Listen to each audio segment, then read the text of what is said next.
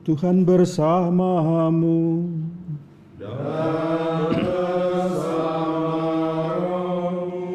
Inilah Injil suci menurut Yohanes. Dimuliakanlah Tuhan. Sekali peristiwa, Yesus berkata kepada orang-orang Yahudi yang percaya kepadanya, "Jikalau kamu tetap dalam firman-Ku, maka kamu benar-benar murid-Ku, dan kamu akan mengetahui kebenaran, dan kebenaran itu akan memerdekakan kamu." Jawab mereka, "Kami adalah keturunan Abraham, dan tidak pernah menjadi hamba siapapun. Bagaimana engkau dapat berkata, kamu akan merdeka?" Kata Yesus kepada mereka, "Aku berkata kepadamu, sesungguhnya setiap orang yang berbuat dosa adalah hamba dosa, dan hamba tidak tetap tinggal di rumah. Yang tetap tinggal dalam rumah adalah anak. Tetapi apabila anak itu memerdekakan kamu, kamu pun benar-benar merdeka. Aku tahu bahwa kamu adalah keturunan Abraham, tetapi kamu berusaha untuk membunuh aku, karena firman-Ku tidak beroleh tempat di dalam kamu. Apa yang kulihat pada Bapa, itulah yang kukatakan, seperti halnya kamu melakukan apa yang kamu dengar dari bapamu." Jawab mereka kepadanya, "Bapa kami ialah Abraham." Kata Yesus kepada mereka, "Sekiranya kamu anak-anak Abraham, tentulah kamu mengerjakan pekerjaan yang dikerjakan oleh Abraham. Tetapi yang kamu kerjakan ialah berusaha membunuh aku. Aku seorang yang mengatakan kebenaran kepadamu, yaitu kebenaran yang kudengar dari Allah. Pekerjaan yang demikian tidak dikerjakan oleh Abraham.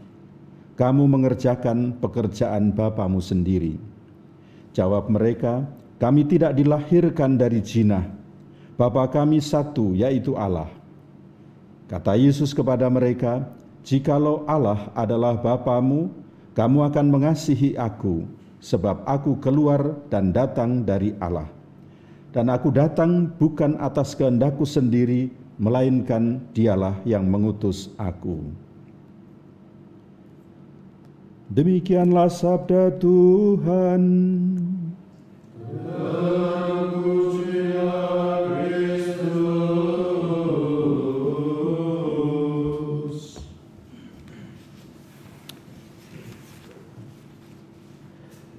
Saudara-saudari yang terkasih dalam Tuhan kita Yesus Kristus, iman Kristiani sebenarnya tidak melarang kita untuk bersahabat dengan siapa saja, termasuk dengan mereka yang disebut orang kaya atau orang berkuasa, presiden atau menteri atau siapapun. Namun yang harus kita ingat adalah bahwa mereka ini selain bisa memanjakan, juga mereka mempunyai kuasa untuk mengancam dan memanjakan kita, melaksanakan ancamannya itu. Inilah yang dialami oleh Sadrak, Mesak, dan Abednego dalam bacaan pertama. Mereka ini para sahabat Raja Nebukadnezar yang sangat berkuasa pada waktu itu. Ketika raja menghendaki mereka menyembah patung yang dibuat raja dan mereka berani menolaknya, raja dengan emosi melaksanakan ancamannya. Tetapi kesetiaan mereka pada Tuhan yang menyelamatkan mereka, yang mereka imani itu, dan membuat raja pada akhirnya bertobat serta percaya kepada Tuhan. Saudara yang terkasih, dalam hal ini kita perlu belajar dari ketiga orang ini untuk memeriksa hidup kita.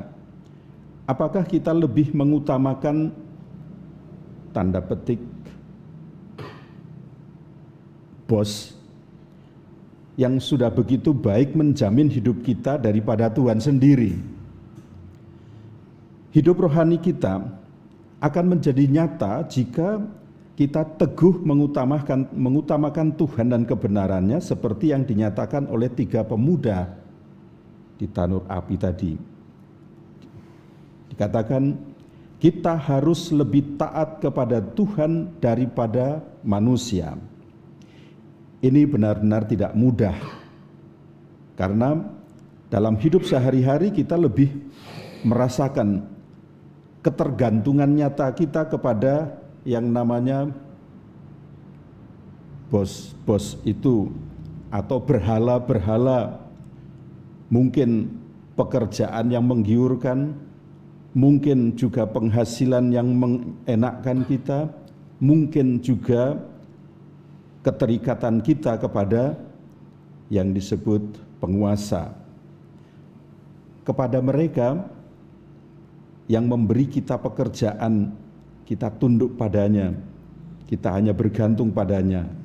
Entah itu bersifat pelanggaran besar pada akhirnya yang membuat kita jatuh dalam dosa, atau juga yang disebut sebagai sahabat yang selalu siap memberi kita kemudahan, fasilitas yang tanpa kita sadari akan membuat kita jatuh dalam dosa.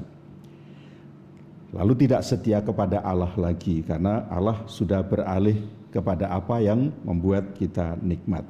Dalam hal ini kita membutuhkan lebih dari sekedar keberanian untuk lebih taat kepada Tuhan.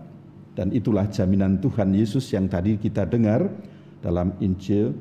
Jikalau kamu tetap dalam firman-Ku, maka kamu benar-benar murid-Ku, dan kamu akan mengetahui kebenaran, dan kebenaran itu akan memerdekakan kamu. Kebenaran yang memerdekakan adalah roh dari kedua bacaan hari ini. Memegang teguh kebenaran iman dalam Allah tanpa menodainya dengan berhala-berhala ditunjukkan oleh 3 pemuda tadi. Ketiganya adalah simbol iman yang teguh dan kesetiaan yang tidak terputuskan. Dalam masyarakat yang menyembah berhala kepada dewa-dewi, mereka tetap memegang teguh pada ajaran Tuhan. Keteguhan mereka akan kebenaran iman menyelamatkan, memerdekakan, dan membebaskan mereka dari api hukuman.